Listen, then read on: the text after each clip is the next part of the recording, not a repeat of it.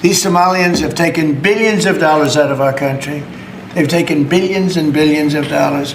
They have a representative, Ilhan Omar, who they say married her brother. It's a fraud. She tries to deny it now, but you can't really deny it because, it just happened. She shouldn't be allowed to be a congresswoman, and I'm sure people are looking at that. And she should be thrown the hell out of our country. And most of those people, they have destroyed Minnesota. Okay? The Republicans have bent the knee to this president. They've welcomed his disgusting and deranged and dangerous rhetoric. They have propelled him into office. They have allowed for him, as a 34-time convicted felon, to become the president of this nation. And so I am not surprised, and I'm not expecting any of them to develop a backbone now and to stand up for their colleague or our Minnesota, Republican representatives to stand up for their constituents. I represent the most Somalis in Minnesota, and that actually is not a fact. Most Somalis live in the different congressional districts that are mostly represented by Republicans, including the Republican whip of the House. We are, like I said, very resilient. We're very hardworking. And we are very patriotic. Minnesota Somalis have the highest level of people who have become citizens as immigrants in this country. And we vote, we contribute, we volunteer, and we run for office. He's always been a racist, a bigot, a xenophobic, and Islamophobic. We know that he called African nations a shithole in his first administration. We know that when he came down that escalator, he said he was going to stop Muslim immigration into this country. And so it is not surprising that he is going after black immigrants in this country. And it's certainly not surprising that he's choosing a black immigrant community that is also Muslim. But what I would like to say is that most of us are citizens. On our passport, it says we are nationals of this country. We love that Minnesota has welcomed us. Many of us have not been settled in Minnesota. We chose it as a home because the Minnesota people and the state is beautiful and very welcoming. And we are going to be here regardless of what the president has to say. Amid growing tensions, significant backlash, and violent threats, my next guest here is wishing to remain anonymous. We're going to call her Sonia for this interview to help protect her identity. Sonia, thank you so much for being brave and speaking out. I truly appreciate you, and I'm honored to be here with you. Along with all the fraud, Minnesota Congresswoman Ilhan Omar has been facing increasing scrutiny these past few weeks, with comments recently from President Trump calling for her to be investigated, even demands for her deportation. But as someone who's been an activist for Somaliland, not Somalia, what is your perspective on her personally and politically as well, Sonia? So these people from Somaliland are highly persecuted. So many of them tend not to speak up. Ilhan Omar is someone that I know isn't telling the American people the truth. She is in the Democratic Party. She talks about democracy. She talks about human rights. But Ilhan Omar disregards 6 to 8 million people that are Muslims, by the way, that are black, by the way, that are found in Somaliland. She called us Somali Iskusheg, meaning those who call themselves Somali. Ilhan Omar has lied to the American people. I don't truly know how to give back to America, but I know that I'm an American patriot, that when we had nothing, this country gave me everything. She scapegoats the people who call out her ineffectiveness, because I haven't seen Ilhan Omar demanding accountability in Minnesota. She's pointing fingers, calling everybody a racist, an Islamophobe. So to me, Ilhan Omar is a fraud. And I'm hoping that justice knocks on her door very soon. Well, we certainly appreciate it. I know there's a lot to talk about here, but before we get into the details, I do think it's important for people to understand the cultural similarities and differences between what is the Republic of Somaliland and Somalia. and how these are playing out in Minnesota right now. So, Sonia, what can you tell us about that? So the Republic of Somaliland is a country in East Africa, in the Horn of Africa, by the Gulf of Eden, a very strategic location for most of the world, to be honest, and also very critical for U.S. national security and trade. And to the east of Somaliland, we are bordered by Somalia. So Somaliland is a country. We have a distinct culture. One of the big differences between Somaliland and Somalia is the adherence to the rule of law. The people of Somaliland truly believe in the rule of law. This is something that we have always adhered to, is in our customary laws. The main goal of Somalia is to erase Somaliland from the map because they want our strategic location. So, Sonia, over the past few years, as the never-ending trials, it seems, in the Feeding Our Future scandal have been playing out, we've been hearing more and more about what has now become known as Somali fraud in Minnesota. Where do people from Somaliland fit into all of this? Or I guess, do they, is the question. You can look at the Feeding Our Future scam. I think out of the 78, I think 76 are from Somalia, and I think 2 are Americans. That also shows you that there is a distinctiveness here, and there is a common trust amongst the people of Somaliland. You can see that because Somalilanders believe in the rule of law, they thrive in countries like the United States of America. We have people in from Somaliland who are in America, who have very good, high-paying jobs, very decent jobs, and I think it's because of this adherence to the rule of law and different cultures. In a way, Sonia, it seems that you weren't even surprised about this fraud in Minnesota. Absolutely not. We saw it coming because we used to wonder, why are people not talking about this? We were always seeing stories, Somali gangs, Somali murders, Somali theft. We asked ourselves, how is it possible? A small group of people, Somalians are not many in the United States, but they were able to get away with so much. I think the people of Somalia are a direct reflection of the Somalian government and its ability to manipulate, its ability to deceive, its ability to act vulnerable, to always blame, scapegoat, and gaslight. For example, if I spoke out about Somalia, this is the names they call me. They call me a Christian lover, Galra. They say that you are secessionist. They say you are separatist.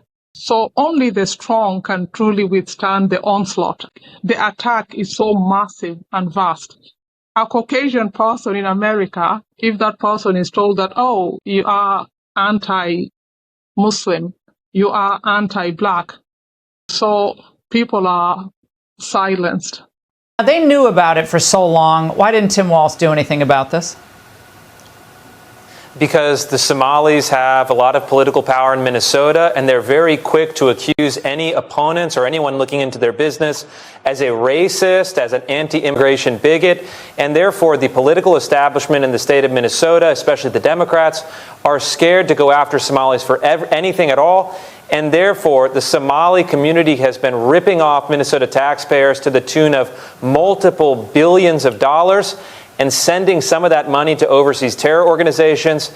It has to stop. Well, and I got to say, Dustin, this is wild because the Minnesota police chief, the Minneapolis police chief, raised this issue of the Somali gangs, I guess, and talked about the crime. And he basically had to apologize. Yeah, and to your point and what Chris has stated, it all comes down to, a lot of the time, people are afraid of being called a racist. This goes all the way back to Omar Fattah, even with Feeding Our Future. When you look back at that time, Tim Walz had the ability to do stop payments on Feeding Our Future before they stole $250 million. Omar Fattah actually ended up going out there publicly and stating that it's because our state government is actually racist. And they ended up vying through that. And if you look at Minnesota in our 2022 election, we actually had 2 statewide seats come within 1 percentage point of actually winning for Republicans. So when we're talking about 100,000 Somalis in the Somali community, but only tens of thousands of votes being the margin of victory for Republicans, that's a voter base you simply don't want to upset. But now what has it gotten to us? We are going back to 2014 when this all started. Yeah. 2018 is when Walz enters office. But it gets worse. We're not talking about hundreds of millions. We're talking about billions at this point. And whistleblowers within DHS in Minnesota predict that it could exceed $6 billion. And tell us what the most shocking thing you discovered in your reporting. It's just the scale. I mean, this is unprecedented. It's in a massive amount of money. And what I think has to happen now is that the president, the secretary of state have to take a tough look at the temporary protected status or TPS program. You have a lot of these Somalis have come in on this program, and instead of being grateful for the opportunities that they have in the United States, they're ripping off taxpayers, taking money away from kids with autism, kids with other disabilities, and then sending it abroad to fund, in some cases, acts of terrorism. The president can shut this down tomorrow by revoking the TPS status for the Somali community in Minnesota. And let me be clear, if you are not a United States citizen and you're involved in ripping off taxpayers, you should be in jail or gone tomorrow. I think we've experimented with mass Somali immigration. It's failed. It doesn't work. It's time for them to go home. Allowing eating our future scandal to continue. What's your response to that? Well, first of all, and I hope the outrage on this is a global pandemic, and our biggest fear was food insecurity, especially for the number of children who are hungry in the best of times. So the audacity, the brazenness, and the absolute heartlessness of a criminal ring focusing on children's foods is just beyond the pale.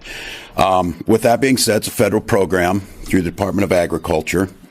Our administration very early in the previous presidential administration noted the irregularities with this. We alerted folks as quickly as we could. We took that forward. We took the step of stopping payments. My commissioner was threatened with jail if she did not pay by contempt of court. The judge ruled. We accepted that ruling. We went back to the new administration once again and went to the FBI, who took this seriously. And I think what you're seeing coming out now, I and my team have not been able to say anything because the FBI was in an active investigation and we were told not to. So why Senate Republicans held hearings and took my commissioner and threatened to fire her. She was under orders from the FBI, and the way the system works is to not say anything. So we caught this fraud. We caught it very early. We alerted the right people. We were taken to court. We were sued. We were threatened with going to jail. We stuck with it. We got the FBI out there, and we have 48 people under indictment. And that's the way it's supposed to work. And again, we have oversight by the legislature. These are folks that continue to underfund my agencies when I ask them that we need help to do these different things. But I think the criticism, if you look, is not coming from the FBI. It's not coming from the Department of Agriculture. It's not coming from the U.S. Attorney. The criticism we were getting was coming from the criminals who celebrated and talked about firing my commissioner and getting her fired when they were celebrating when the judge made the ruling. So, very clear on this. This is unacceptable. We take fraud seriously. We're very transparent about this. We got the people who did this. We will start to recapture those resources, and we'll continue on. So again, it's amazing to me that we find folks in the political realm that are more angry that they can't blame us for everything rather than recognizing we had criminals that we caught. This whole idea of wanting Minnesota to fail is just permeated, especially the Senate. It's just unfortunate. So I'm proud of the work that our folks did. We always can try and get better. Criminals, these folks will tell you, you do one thing, they'll outsmart you and they'll come another way. All of us get the scam calls. All of us know what's happening. They'll move from one to the other. But the fact of the matter is it was our administration that caught it. We caught it early. We asked for help. We didn't get it. The courts ruled against us. We complied, but still pushed this.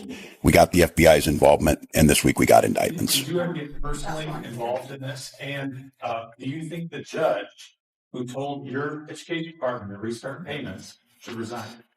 I would hope there would be an investigation into that because just to be candid, and I'm very careful about this, and I understand my position here in the separation of powers. We respected the judge's decision, but I could, and yes, on this one, I can tell you, I was speechless.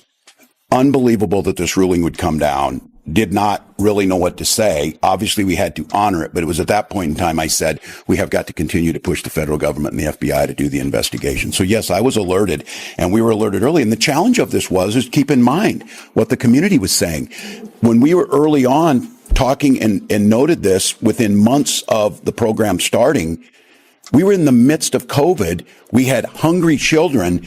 Our concern was, too, the disruption that this would cause and making sure, and there were people out there that said, if you follow through with this and you pull back, there are some legitimate folks going to get caught up in this and children are going to go hungry. So those were the decisions that I was making to ensure that we were getting the legitimate folks and trying to separate these folks out. Once again, this idea of going after MDE, why are you complaining at the police officer who made the arrest, who tried to do this? These folks were doing it. So yes, I'm not going to go, Theo, and I'll answer directly on this.